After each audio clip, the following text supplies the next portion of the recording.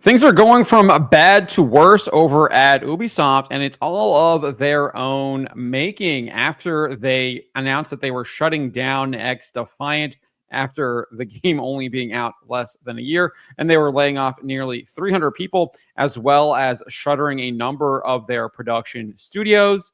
Ubisoft CEO Yves Guillemot indicated that more layoffs and restructuring could be on the way, as the company has had one of its worst years potentially ever. Roll this up over at phantompulse.com. You can find the link in the description below. I encourage you to head on over there, become a paid subscriber, help support us fighting back against this woke ideology that has infected the video game industry. Help us to put a spotlight on it, help us to fight back against it, help us to eradicate this from the video game industry. So, in a blog post written by Ubisoft's Chief Studios and Portfolio Officer, Marie-Sophie de Walbar, the company announced that it was indeed shutting down XDefiant.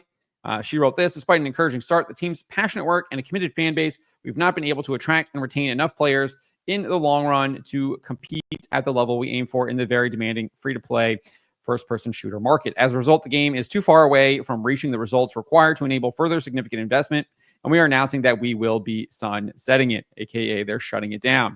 Concretely, that means that as of today, new downloads, player registrations, and purchases will no longer be available. Season 3 will still launch, and the servers will remain active until June 3, 2025, out of appreciation for both our dev teams who worked on it and for XDefiant's active players.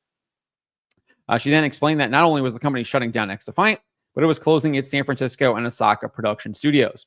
She wrote this: even if almost half of the XDefiant team worldwide will be transitioning to other roles within Ubisoft, this decision also leads to the closing of our San Francisco and Osaka production studios and to the ramp down of our Sydney production site, with 143 people departing in San Francisco and 134 people likely to depart in Osaka and Sydney. 277 people, that's around 300. So then we got an all-staff email that was penned by Ubisoft CEO Yves Guillemot that was leaked by Tom Henderson at Insider Gaming. In the email, Guillemot justified the game's closure and the layoffs. He said, we wanted to take a firm and clear decision to enable us to concentrate our investments and forces on more profitable projects, indicating that XDefiant was a loser, likely was not profitable. He then hinted at possible more layoffs as the company will have more, quote, targeted restructurings. It's just corporate speak for lots of people are getting laid off because the company is in a nosedive. It says, I'm well aware that given the current context, such announcements may worry you, and that's understandable. Well, no, that's an understatement. The entire industry is facing similar difficult decisions. That's absolutely not true. This is not true. The entire industry is not facing similar difficult decisions. We are seeing From Software is increasing the salaries of their employees. We're seeing other Eastern studios are expanding. They're growing. They're seeing massive success. We're seeing, even here in the West, Saber Interactive. Obviously, they spun out of Embracer Group, which is having its own problems. But massive success with Space Marine 2. They've got independent funding, and they are going to be really doubling down on their business model with keeping costs low, creating high quality games that keep it simple. But not only do they keep it simple, but they try to perfect that simplicity and make it really, really good. And clearly they've done that with Space Marine 2, selling over 5 million units. So this is not true. The entire industry is not facing similar difficult decisions. It's mainly large, massive corporations that have institutionalized DEI and wokeness that are facing these problems because customers do not want this. And obviously with embracing wokeness and all that stuff, it comes with massive bloat, right? Because you expand your HR departments. They're the ones pushing all of the ideology. They hire all of their buddies. And you kind of get away from making video games. You're not making video games anymore. You're making propaganda, and you're using the so-called video game, as a vehicle for that propaganda. This is a lie. This is a lie. This is not true. Nevertheless, he goes on and says, our organization has allowed us to limit the impact of these kinds of decisions and make more targeted restructurings. There you go. More targeted restructurings, more layoffs is what he's saying. And all our efforts are focused on trying to maintain this course and philosophy. We will continue working on evolving our organization to adapt it to market changes and with a long-term perspective in mind. I don't believe him. We just saw the Assassin's Creed executive producer, Mark Alexis Cote, basically double down on pushing the DEI woke agenda. That is not a long-term perspective. That is very short-term, and it is killing his company in the short term, killing his company in the short term. Thinking that he's going to get some kind of short-term benefit, it doesn't work. It is a massive loser. Furthermore, Guillemot revealed that the company will allegedly be making significant changes across the board. He added this. In the coming days, some members of the executive committee will reach out to you. Cecil Russell will share new initiatives aimed at addressing some of the questions raised by Ubisoft XP, which is this poll that they sent out, survey for their employees. Marie-Sophie de Warbert will present initiatives to bring back a daily focus on creation, ensuring fewer unnecessary processes and more dedicated to what truly matters to each of us, making the best games possible. That's not what they believe in, right? It's a vehicle for propaganda. Elaine Correa will provide updates on the launch of Assassin's Creed Shadows, progress made in strengthening our relationship with gamers. Well, that is something that you should be doing because you've significantly damaged it. You've done that yourself, particularly regarding the Crew, Motorfest, and Star Wars Outlaws. This is terrible. They should just they should stop trying to support Star Wars Outlaws. It's an absolute loser. They're losing money on it. There's absolutely no way that they should be continuing to do that. And I don't even know about the Crew Motorfest. I'd have to look into that one. But again, these are bad business decisions. Doubling down on your woke failure of a game when you should literally be, okay, this game is an absolute failure. Let's stop supporting it. Let's move on.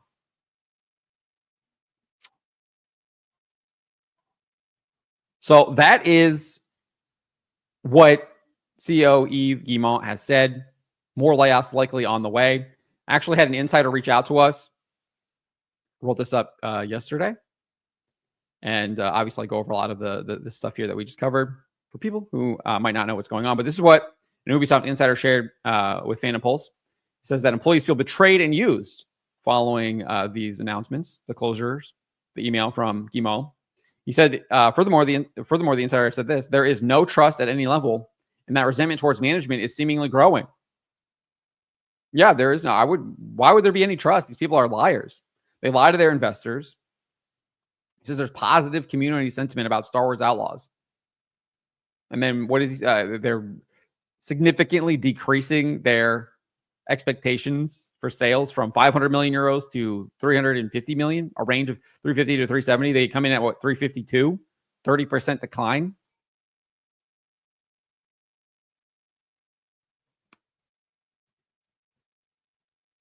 They're spending another 50 million euro, or I was 20 million, I think 20 million euros on Assassin's Creed Shadows because they delayed it from November to February. And just chasing bad money after bad money.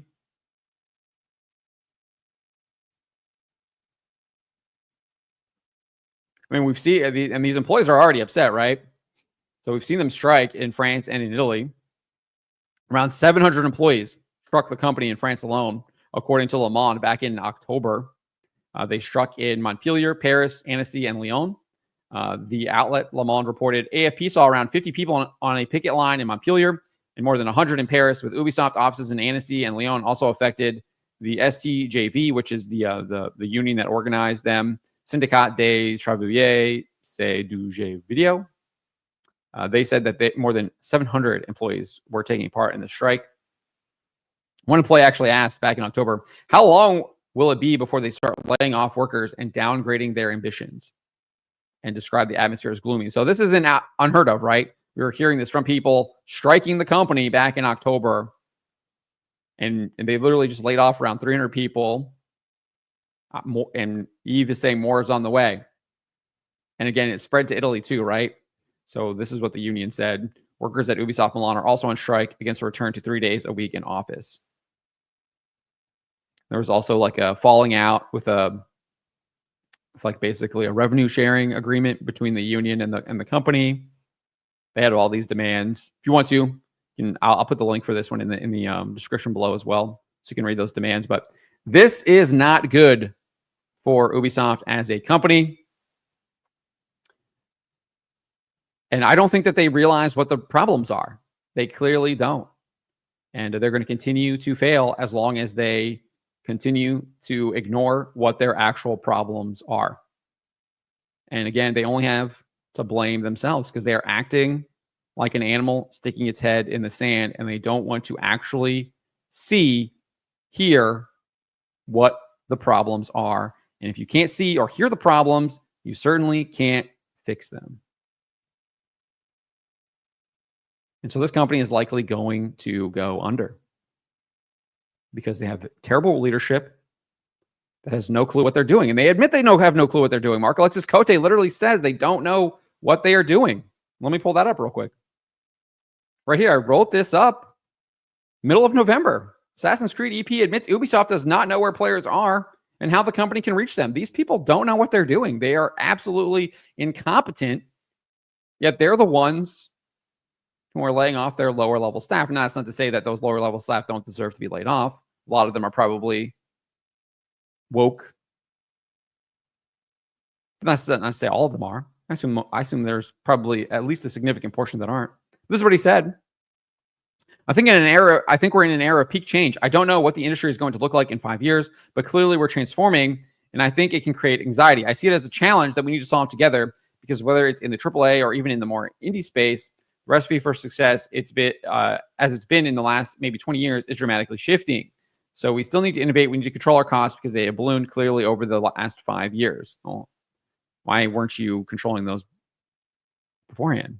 You think the person who's let the costs get out of control is going to be able to solve the costs ballooning? Maybe you learn from that. He then shared how the company does not know where players are and does not know how to get them to play their games. We need to find where players are, which has been a question I've been having for the last 2 years. This is the guy who's leading Assassin's Creed. If I was running this company, he would be walked out the door. College football coaches don't last this long, for the most part, especially in the SEC. You don't perform, you're done. And they'll spend big money. They'll spend big money to get rid of you too. They'll pay out like these huge contracts. I don't know if that's sustainable in the long run, but that's what's happening. Look at Texas A&M as an example. Where are players? What are they playing?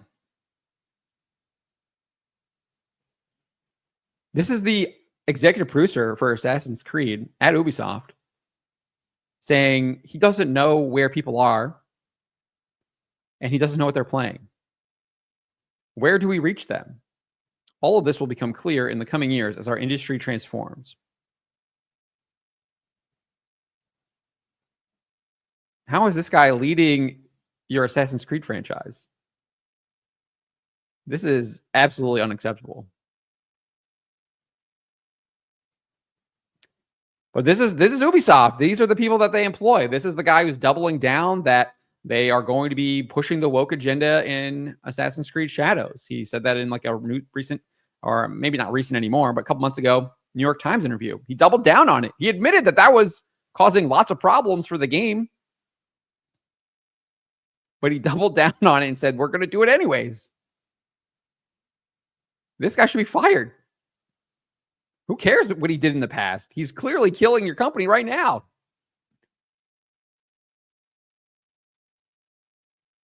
Well, Ubisoft has lots of problems. Obviously, they've institutionalized wokeness. They've institutionalized DEI. It's all over their website. I've talked about it in previous videos. But it's going to get worse for them. It's going to get worse because you got people like this in leadership that are not going to pay any consequences. And he's continuing to double down, and they're going to continue to fail. So that's what I got to say on this. Let me know what you guys make of this. Let me know in the comments below. Remember to always be charitable, especially to each other, and to always, always speak the truth.